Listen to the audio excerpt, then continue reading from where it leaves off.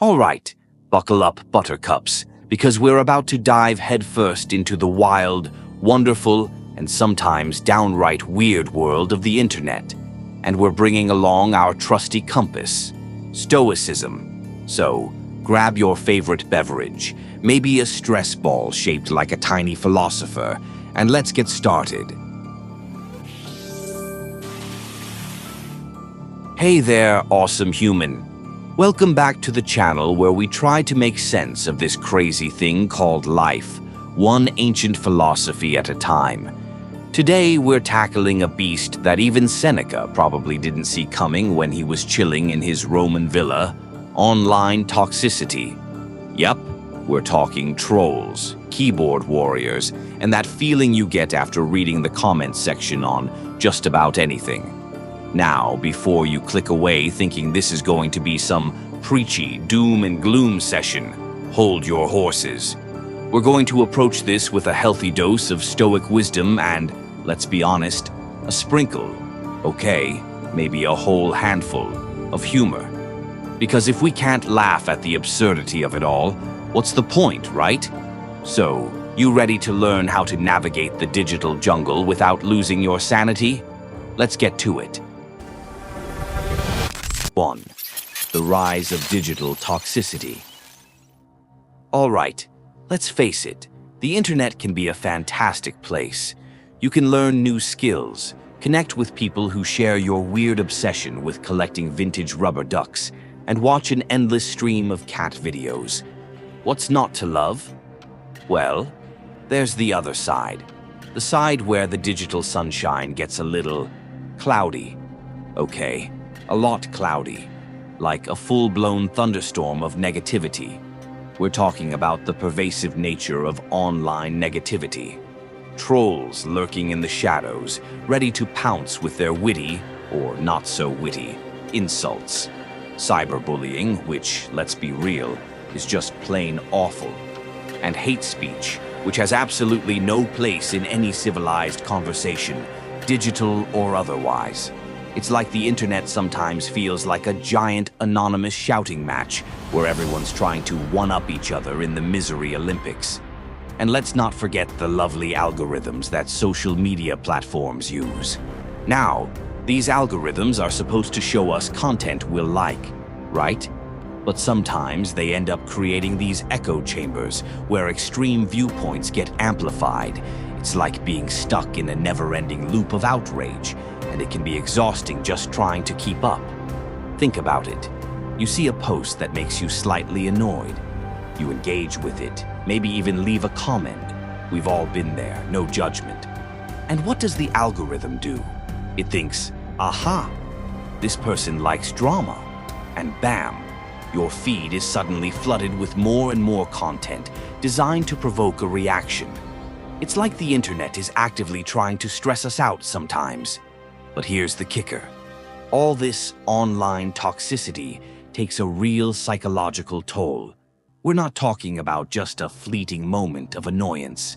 Constant exposure to negativity can lead to anxiety, depression, and a serious hit to our self-esteem. It's like being constantly bombarded with negative energy, and eventually it starts to wear you down.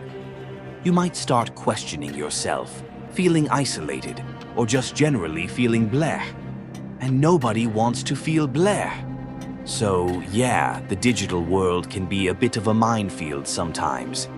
But fear not, my friends, because that's where our ancient buddies, the Stoics, come marching in with their wisdom and their surprisingly modern advice. 2. Stoic wisdom for a toxic world.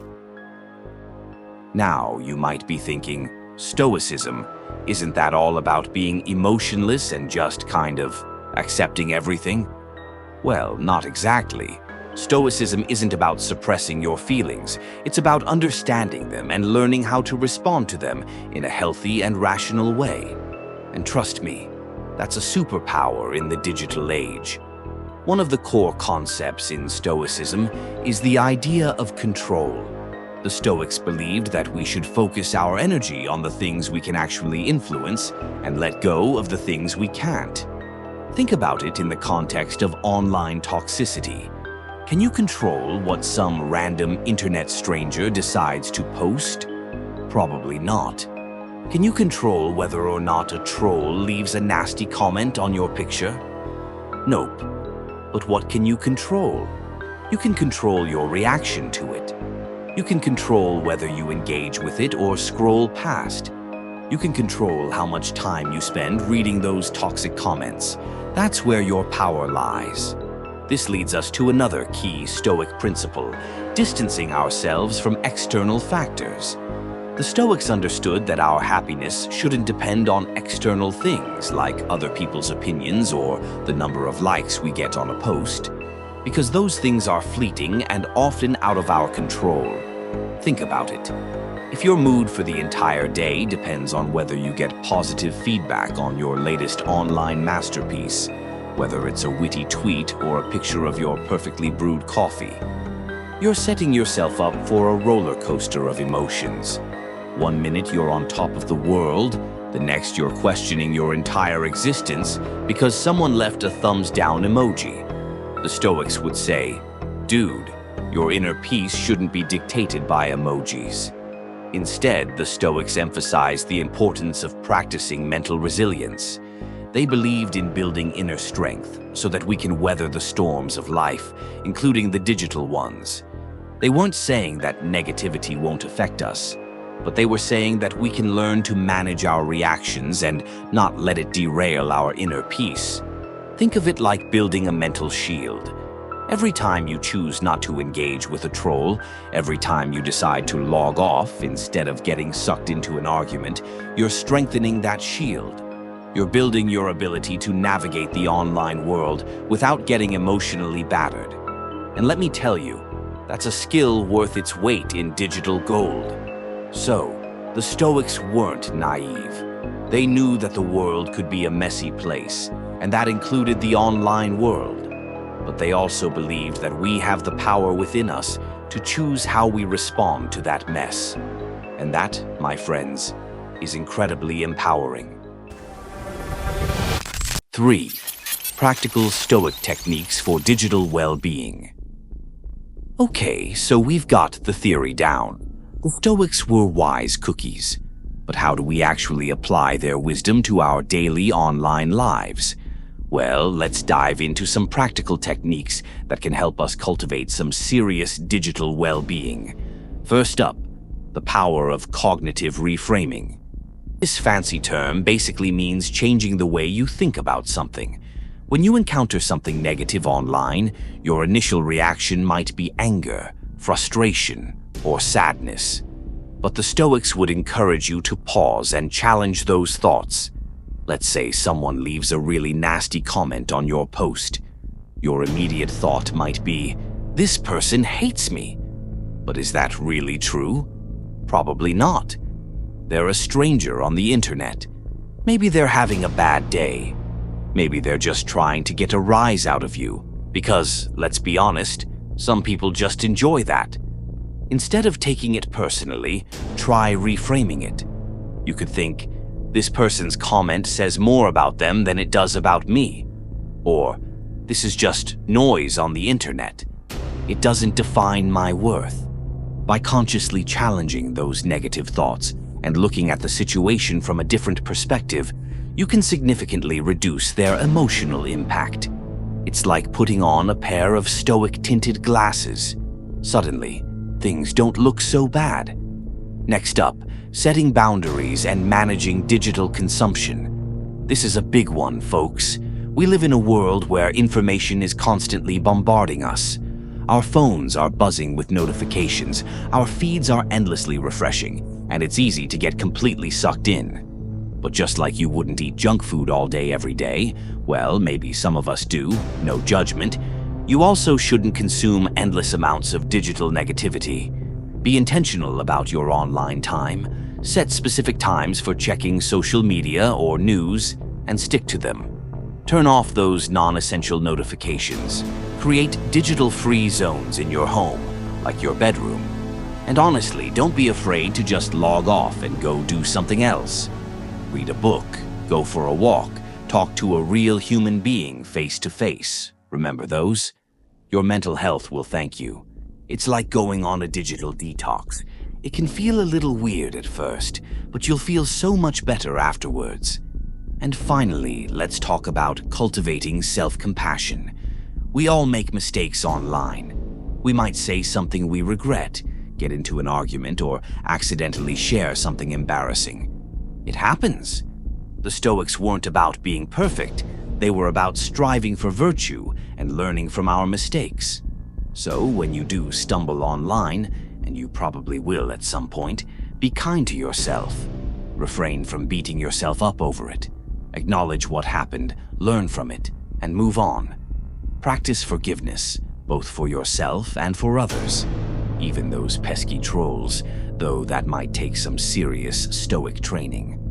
Remember, we're all just trying to navigate this crazy digital world as best we can. 4. Finding serenity in the digital age. Okay, so we're learning to manage the negativity. But how do we actually find some peace and serenity amidst all the digital chaos? Well, the Stoics had some wisdom on that too. One of the most powerful tools in the Stoic toolkit is mindfulness and presence.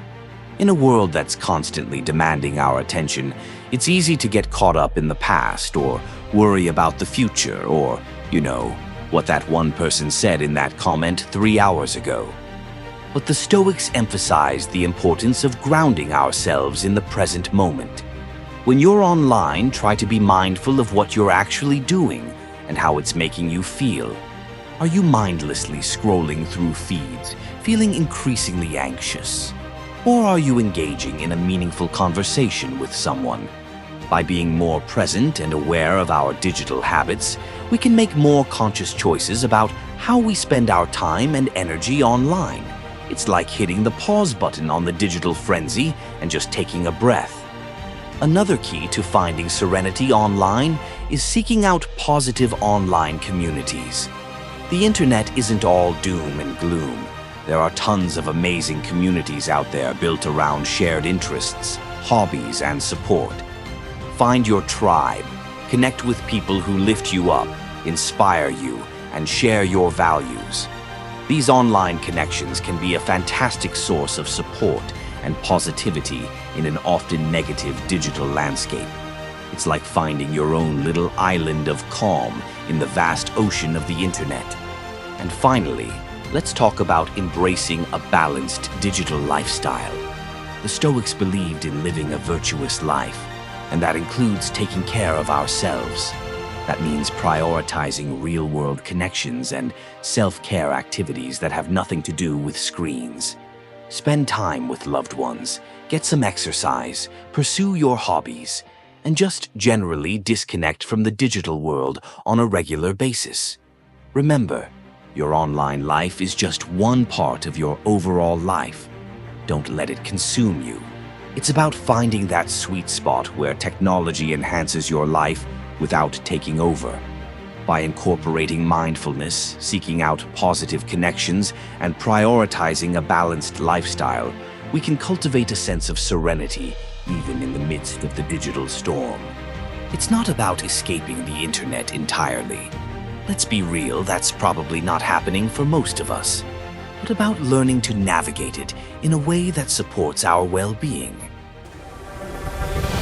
5. Call to action. Embrace Stoic principles. All right, my friends, we've reached the end of our Stoic journey through the digital wilderness, and hopefully, you've picked up some valuable tools along the way. Now, it's your turn to put these principles into practice. I encourage you to take some time this week to reflect on your own online habits. Are there areas where you could apply some Stoic wisdom? Maybe you could try challenging those negative thoughts that pop up when you see a toxic comment. Or perhaps you could set some boundaries around your social media use. Even small changes can make a big difference in your overall digital well-being. If you're curious to learn more about Stoicism, there are tons of great books, websites, and communities out there that can help you delve deeper into this fascinating philosophy. No excuses if you are serious about it. Remember, navigating online toxicity isn't about becoming emotionless robots. It's about developing the inner strength and wisdom to respond to negativity in a way that doesn't harm your own peace of mind. It's about focusing on what you can control and letting go of what you can't. And it's about cultivating a sense of inner resilience that will serve you well, both online and in the real world. The digital age presents us with unique challenges, but it also offers incredible opportunities for connection and learning. By embracing Stoic principles, we can learn to navigate the online world with more clarity, resilience, and, yes, even a little bit of serenity. So, go forth, my friends. Embrace your inner Stoic. Tame those digital dragons. And remember, you have the power to create a more positive and fulfilling online experience for yourself. Thanks for hanging out with me today. If you found this video helpful, be sure to give it a thumbs up and subscribe for more explorations into ancient wisdom for modern life. What are your favorite ways to deal with online toxicity? Let me know in the comments below. Just keep it civil, okay? We're trying to cultivate some Stoic vibes here. Until next time, stay awesome, stay resilient, and remember, don't let the internet rent space in your head.